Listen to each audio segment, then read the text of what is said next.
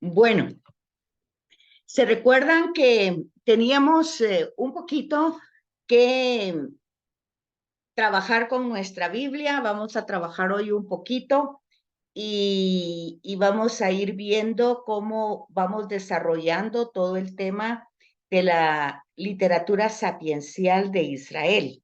Entonces, decíamos hace 8 días y un poquito repasando lo que ustedes ya vieron, que para Israel la sabiduría es el arte de saber vivir directamente haciendo el bien y evitando el mal. Cuando nosotros tenemos esta como idea presentada en la escritura, eh, obviamente nosotros debemos conectar no solamente con el libro de sabiduría. ¿De dónde depende la sabiduría? Pues obviamente de la alianza. ¿Y qué es la alianza? Pues es la relación, es el deseo, es la intención, es el amor, la voluntad de Dios de querer compartir con nosotros toda la realidad divina, porque realmente ese es el tema de la creación, ese es el tema de la redención y ese es el tema de la santificación. O sea que parte de la sabiduría, o sea, no parte, sino que el fundamento de la sabiduría judía es entender y agradecer diariamente y a cada momento de que por amor de ese Dios, de ese ser, formamos parte de su creación. O sea, Dios, principio, fundamento, fuente, origen de todo lo creado, inclusive, pues obviamente cada uno de nosotros. Ese es el fundamento principal de la sabiduría.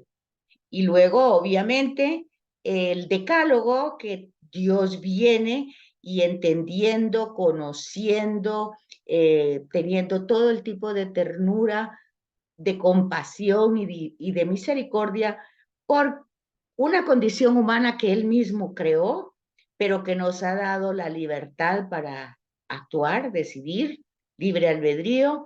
Entonces, todo ese acto de amor que quiere donarse a cada uno de nosotros, pues establecen el decálogo. Deca, 10, logos, palabras, 10 palabras que van a establecer una relación. Entonces, ese conocer esas 10 palabras donde el fundamento es Dios, primer mandamiento, segundo mandamiento, tercer mandamiento, fundamentados en Dios. Entonces, teniendo ese temor como respeto, no como miedo, pues es el arte de saber vivir rectamente. Y es conservarlo en el corazón, ponerlo en práctica con el prójimo, pues es justamente es hacer el bien y evitar el mal. Y ahí mismo tenemos entonces en ese decálogo el modo adecuado de enfrentar las diversas circunstancias. ¿En qué sentido? Pues que no se nos tiene que olvidar nunca quién es Dios y quiénes somos nosotros. O sea, nosotros somos parte de su creación. Y como creación tenemos impreso, toda la creación tiene impreso su sello de creador. La creación no es Dios, pero tiene impregnado su amor, su sello, su identidad, igual nosotros, ¿verdad? Entonces, el tener eso con claridad, pues forma parte de la sabiduría de Israel, porque esas 10 palabras van a ser como una alfombra que va a ir guiando el caminar, como una brújula, que ya Pablo nos va a decir después que el decálogo solo nos muestra el problema, pero no nos capacita para solucionarlo. O sea, nos muestra que no debemos robar, pero no nos da la posibilidad de no robar, de no hacerlo, de no caer en la tentación. Pero entonces tenemos el otro tema que ya en el cristianismo, pues viene a ser Jesús, ¿verdad? Que por méritos de él tenemos las gracias, la gracia, el amor, los regalos, los dones, para poder superar eso que con nuestras capacidades humanas no podemos. Entonces ahí tenemos la gracia y con la ayuda del Espíritu Santo pues nosotros tenemos todos los dones, todos los medios para poder salir adelante. Entonces, como fundamento de la sabiduría de Israel, pues está el conocer, amar y servir a Dios sobre todas las cosas. Y miren, no, como dice aquí, no es un conocimiento teórico o abstracto, porque cuando nosotros estamos estudiando Sagrada Escritura, pues nosotros volvemos otra vez a decir lo mismo, es como una brújula, es como una guía, como un manual que nos va a mostrar, pues claramente en nuestra vida cotidiana, el rostro de Dios amoroso que nos ha creado y no nos abandona nunca. El rostro de Dios misericordioso en la persona de Jesús, que siempre, siempre, siempre, pues nos concede la gracia de conocer nuestros defectos, limitaciones, para superarlos. O sea, en el cristianismo no existe esa frase muy común hoy. Es que como somos humanos, sí, somos humanos y fallamos mucho y pecamos y nuestra condición es limitada, pero es una naturaleza que con la ayuda de Dios podemos levantar. Entonces no es que como somos humanos, es que así soy, porque como soy humana y es que yo hago eso porque como soy humana, sí somos humanos, pero para eso tenemos el segundo paso de la sabiduría, que es justamente la encarnación, ¿verdad? Como Dios mismo se encarna en la persona de Jesús para levantar nuestra naturaleza caída y llevarla pues a un nivel pues de que es el proyecto de Dios de poder aceptar, recibir todo ese amor que nos tiene. Entonces nosotros partimos de nuestra historia, no partimos del texto bíblico, partimos de nuestra historia. Por eso cuando nosotros tenemos en el Pentateuco, vemos que lo primero, después de la elección de Abraham, de Isaac, de Jacob, de Moisés, vemos las obras de Dios, cómo Dios actúa con brazo fuerte, acompañando procesos, apoyando, siendo providente, guiando. Todo eso es la vida. O sea, esa es la vida. Entonces, la vida va siendo acompañada por ese ser que cuando tienen hambre, que cuando tienen sed, que cuando están desesperados, es un Dios que entra en todas las circunstancias humanas acompañando. Y lo único que quiere es ser reconocido por justicia, ¿verdad? Entonces el tema no es un conocimiento teórico o abstracto, sino es desde la vida, yo voy pues cotejando los textos bíblicos y voy viendo justamente ese tema del amor de Dios que acompaña la historia. Entonces, esa es la base y el fundamento de la sabiduría de Israel, de la literatura sapiencial. Y bueno, ustedes ya eso lo tenían visto anteriormente, pero pues vamos a hacer el repaso rapidito. Y vimos en su curso anterior, ustedes vieron esta palabra. La palabra en el libro de los Salmos, Hokmah, que es lo que significa, es una palabra en hebreo y todo lo que va a ir significando a lo largo de toda la escritura hasta el día de hoy. Entonces, nosotros ya entendemos que ese decálogo, luego cuando ellos anduvieron en el desierto 40 años, pues ese relato lo tenemos en números, y luego cuando ellos entran en la tierra prometida, pues llevamos todo el libro de Levíticos, como ese decálogo se vuelve en muchas normas, en muchas leyes. Pero el conocimiento práctico de esas leyes es justamente para tener vida, ¿verdad? Es el conocimiento práctico de las leyes de vida. y el universo basado en la experiencia. Volvemos a repetir lo mismo que anteriormente, basándonos en la vida, no en el texto. El texto ilustra, el texto me ayuda a descubrir ese conocimiento práctico de Dios, esa relación personal con Él. Entonces, este tema de la sabiduría es un arte de orientar rectamente la propia vida a través de conocimientos prácticos.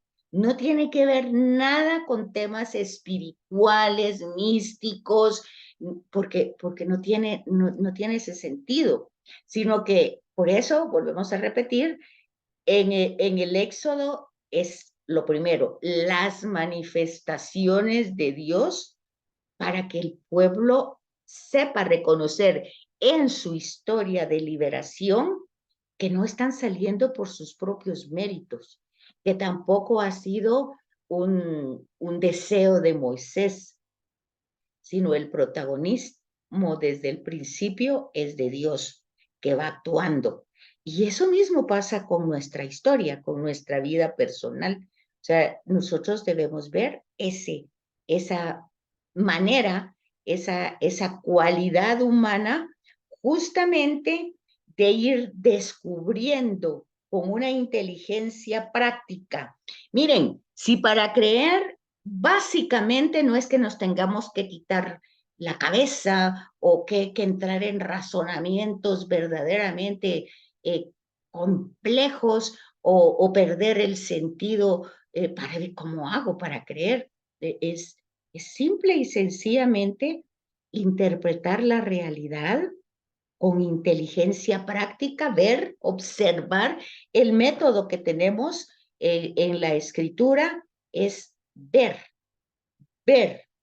observar y darse cuenta. ¿Y darse cuenta de qué? Pues somos tristes personas si creemos que lo logrado hasta el día de hoy es por nuestros méritos y nuestros esfuerzos o porque nosotros hemos hecho esto y aquello. Seguramente hemos hecho muchas cosas en la vida, pero entre todas estas cosas, pues el protagonismo lo tiene Dios, que es el que nos ha dado primeramente la vida. Sin la vida no podemos hacer nada. Nos da luego la salud, nos da la inteligencia para poder desarrollar los talentos que tenemos, la vista para poder ver su creación, sus obras, sus maravillas. O sea, la inteligencia es una gran herramienta para poder nosotros ver las obras grandes de Dios y muchas cosas que nosotros no somos conscientes de cómo Dios actúa protegiendo, apoyando, cuidando su creación, de la cual nosotros formamos parte. Entonces, cuando nosotros vemos que la sabiduría en Dios es un don que que lo recibimos sin tener mérito alguno. Y el punto principal es la vida, pues tenemos la vida sin haberla pedido, muchas veces eso devuelve una queja, ¿verdad? Yo no pedí vivir. Bueno, ahí ya sabemos, entonces no tenemos mérito. Pero la vida siempre es un regalo, siempre es un don y aún en las circunstancias difíciles, nosotros podemos ir descubriendo, y justamente es de la sabiduría de Israel, ir descubriendo ese don de Dios, ese amor de Dios que va emanando desde su propia realidad divina, con poder, toda esa esencia de luz, todas esas palabras que nosotros posiblemente las repetimos, pero no las logramos captar en su verdadera dimensión, porque nosotros decimos, Dios es eterno, pero nosotros como somos limitados no tenemos idea de qué es la eternidad. Dios es perfecto, pero tampoco nosotros tenemos idea de la perfección. Dios es omnipresente, pues nosotros solo podemos estar en un lugar omnisciente, pues todas esas realidades que nosotros las atribuimos a la esencia de Dios, nosotros usamos las palabras pero no tenemos la conciencia de lo que eso significa. Entonces, porque esas realidades pertenecen esencialmente a Dios y lo personifican. Y Dios es una realidad totalmente distinta a nosotros, porque es espíritu en esencia, infinito y simple porque el espíritu es simple, y nosotros tenemos en la materia, según dice Génesis, el insuflo, el ruaj del aliento de vida de Dios. Entonces ahí tenemos nosotros que tenemos ese ruaj de Dios en nuestra existencia, pero nuestra realidad es material, materia. Entonces debemos entender esas propiedades de Dios que son muy diversas, muy diferentes a las nuestras. Y eso lo tenemos que tener claro para tener en un sentido de lo que es la sabiduría. Porque justamente el sentido de la humildad parte de ese conocimiento práctico, de saber que soy criatura y que aunque tengo inteligencia, no tengo, es una herramienta que ha sido dada y que yo la puedo cultivar, la puedo desarrollar, pero que tiene límites. Que si tengo vida, pues también ha sido dada, que también tiene límites. No se trata de que Dios me lo dio, Dios me lo quitó, bendito sea Dios, porque Dios no quita nada, Dios da todo, pero luego hay límites. O sea, y cuando el límite se acaba, no es que Dios quite, simplemente hasta llega. Entonces, todo eso va dando el sentido de la sabiduría. Entonces, nosotros encontramos en nuestra escritura ese corpus sapiencial y que puede ser directamente con ideas igual que se vienen desarrollando desde el Pentateuco, que se va desarrollando la interpretación como en el Deuteronomio, o sea, se va teniendo un desarrollo progresivo en ese hilo conductor, se va desarrollando la reflexión en lo que nosotros estamos estudiando, pues se llama teología, ¿verdad? Vamos desarrollando esa teología o esa interpretación, vamos viendo cómo las circunstancias de Israel, pues le atraen las culturas, las costumbres, los ritos, los otros, las otras divinidades que aunque no son reales, pero en la cultura politeísta, pues tampoco son imaginarias, porque cada nación tiene un Dios nacional. Entonces es como que nosotros pensáramos, pues cada potencia mundial, los egipcios tenían su divinidad, el sol, y entonces ellos todo su desarrollo eran monoteístas, pues, pero en el sentido de que adoraban al astrosol, ¿verdad? Entonces así vamos viendo nosotros cómo se va desarrollando esta literatura sapiencial y va entrando en la escritura hebrea, no solamente como un razonamiento original de los hebreos, ¿verdad? Sino que, acuérdense ustedes, habían estado cuántos años, 400, casi 500 años en Egipto y traen toda esta cultura egipcia, se les ha un poquito distraído, por decir así, el tema de Yahvé, o sea, todo el ciclo patriarcal de los orígenes de Israel, pues lo tienen un poco distorsionado.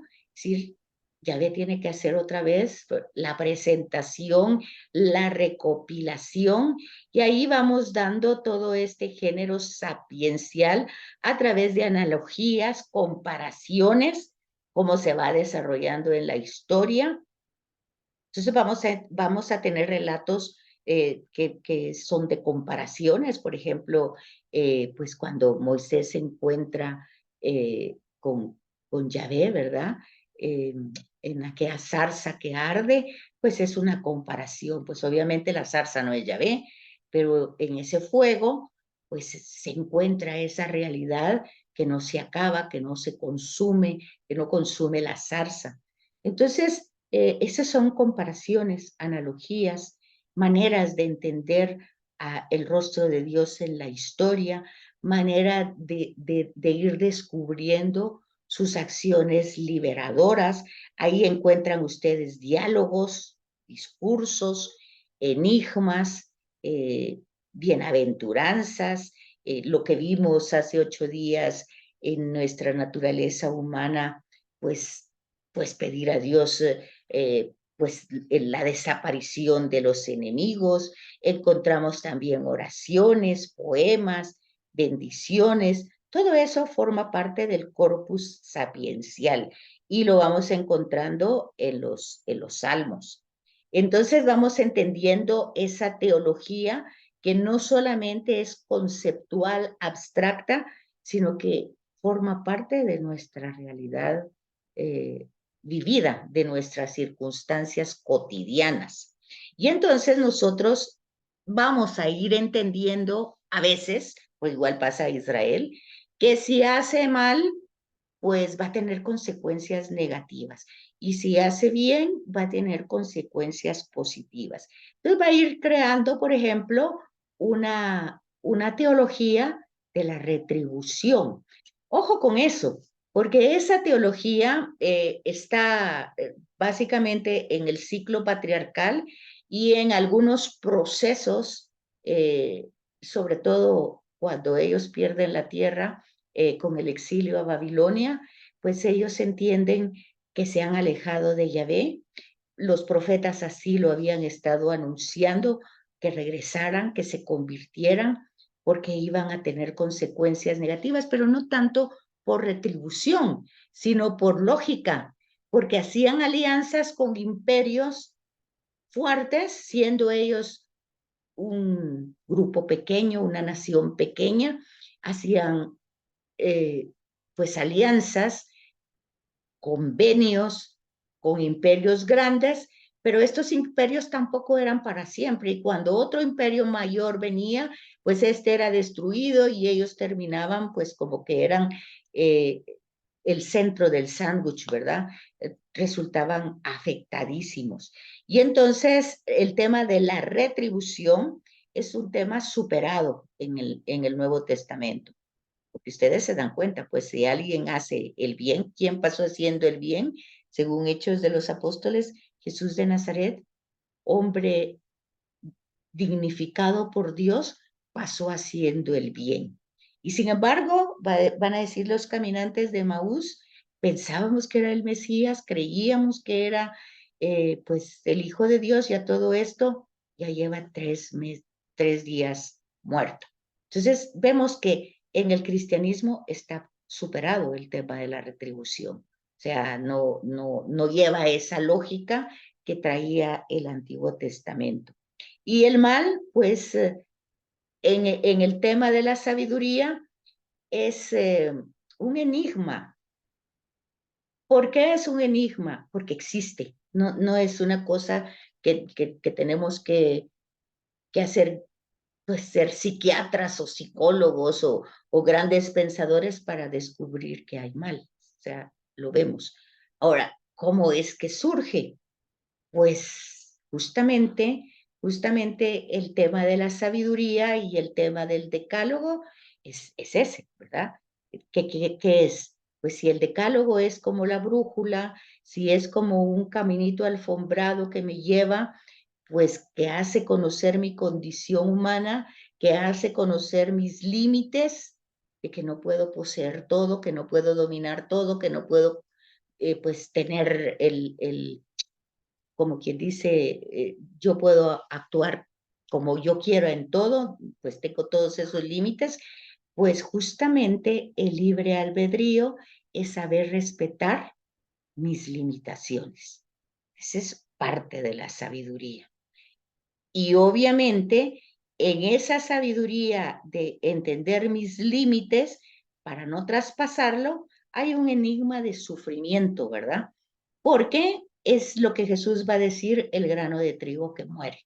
Porque si yo mi naturaleza tiene tendencia a hacer algo, inclinación, y yo pues la limito desde mi inteligencia, digo yo, esto no lo voy a hacer porque no quiero, no puedo, no quiero perder mi relación, voy a cumplir como dice el Señor que tengo que hacerlo, pues eso me lleva a un sufrimiento y a una muerte, pero al mismo tiempo a una resurrección y a pasos pues desarrollándose para para la vida eterna, que es la vida en Dios, ¿verdad? Entonces ahí vamos encontrando el carácter religioso de la creación, de la historia de la salvación, del proyecto de Dios de darse a conocer, vamos encontrando dentro de esta sabiduría. Y después, pues, tenemos que ir estos salmos, como dijimos hace 8 días, que veíamos los salmos imprecatorios, pues debemos tener una relectura desde el Nuevo Testamento, ¿verdad? Porque no podemos simple y sencillamente, pero eso es como todo. Por ejemplo, el Padre Nuestro, fíjense una cosa, el Padre Nuestro es la oración de Jesús, de Jesús. O sea, Jesús hace esa oración, no es nuestra oración. Son los sentimientos de Jesús, son la visión de Jesús, es la identidad de Jesús. Ok, mínimo yo tengo que tener eso claro. Porque cuando yo la repito, Padre Nuestro, que es así como loro, sin la conciencia que es la oración de Jesús, que es la forma como Jesús hablaba a su Padre, que es su propia identidad de hijo, que es la identificación de Jesús con el proyecto del Padre, que es su donación hacia el Padre y hacia nosotros. Cuando nosotros repetimos el Padre Nuestro desencarnado de toda la realidad de Jesús, pues entonces no hay nada, pues. ¿Qué va a haber?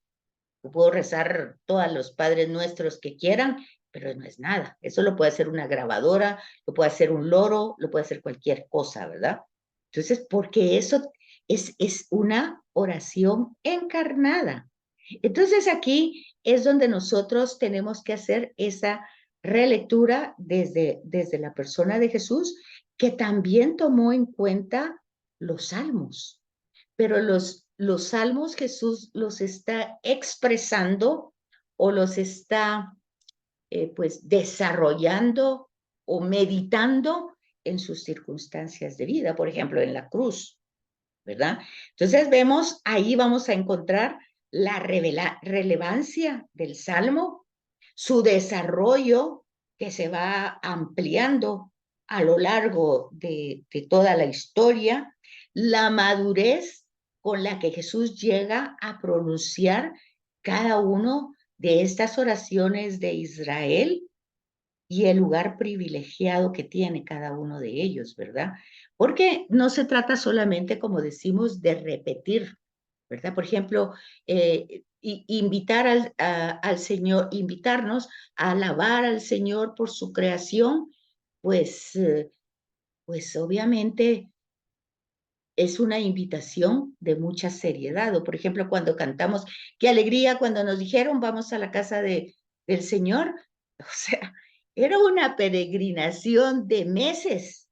La gente venía de la diáspora, no habían carros, no habían carretas, no, venía caminando por meses para llegar a las fiestas de la Pascua del Tabernáculo. Y nosotros lo hacemos así con una simplicidad tan grande, ¿verdad?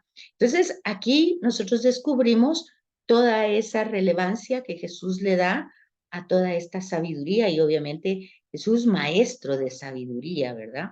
Que lo vamos a encontrar sobre todo en el Evangelio de Juan y en la teología paulina, que Pablo va a estar muy consciente de quién es él y quién es Jesús, ¿verdad?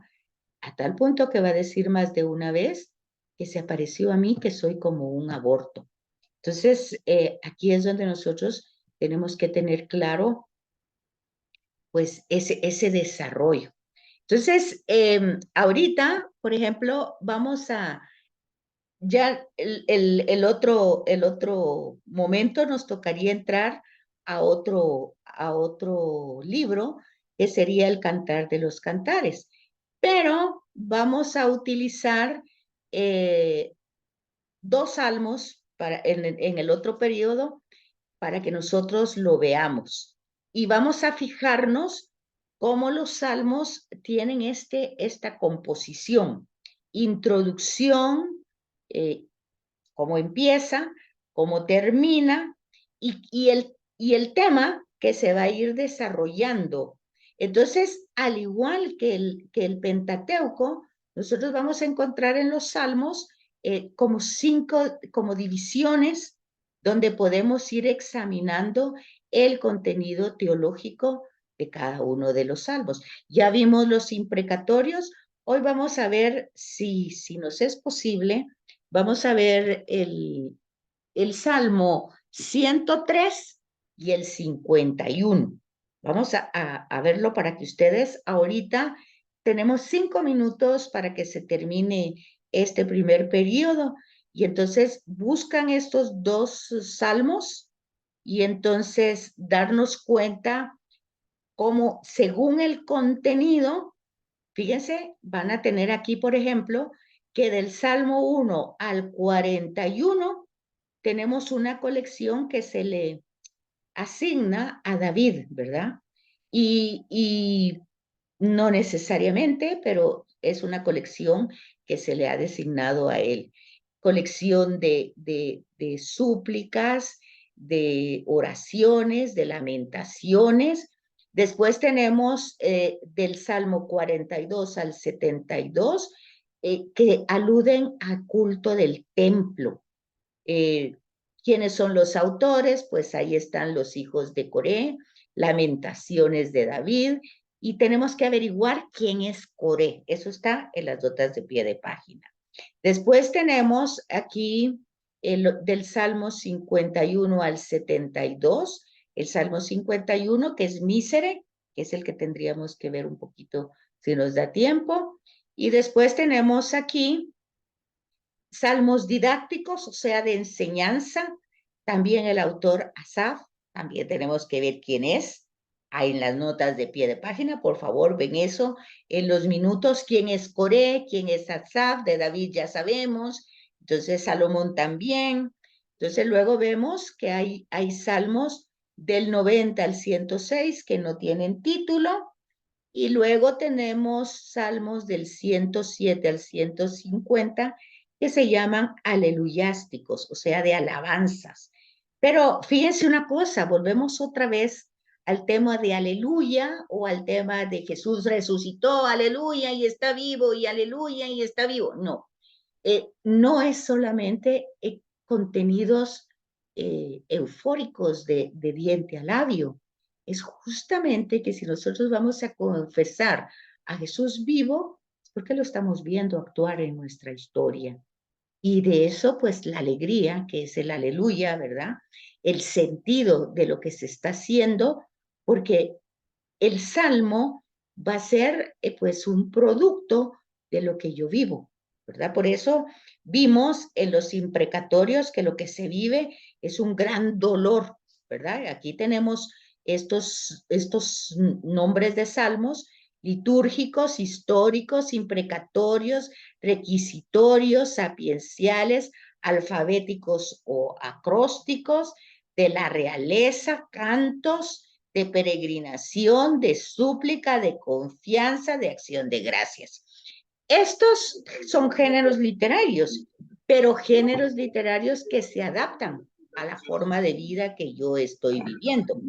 Entonces, tenemos que tomar eso en cuenta. Estados Unidos a ser el dueño de la velocidad en cuanto a las damas se refiere. Estados Unidos ha acabado de forma un tanto... Ok, entonces, ¿dudas, preguntas hasta aquí? No. Ok, entonces, en la teología, en lo que nosotros tenemos que encontrar en los salmos, es el misterio de Cristo. Ese va a ser el modo justo de cómo la persona va a ir entendiendo su comportamiento y su manera de ser humano ante Dios, que es lo que veníamos diciendo en todo momento.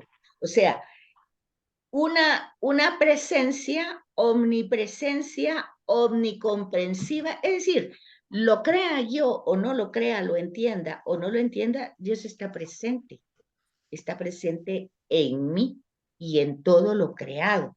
Por lo tanto, me escucha, por lo tanto, me mira, por lo tanto, como soy creación suya, me conoce. Y todos esos argumentos están fundamentados.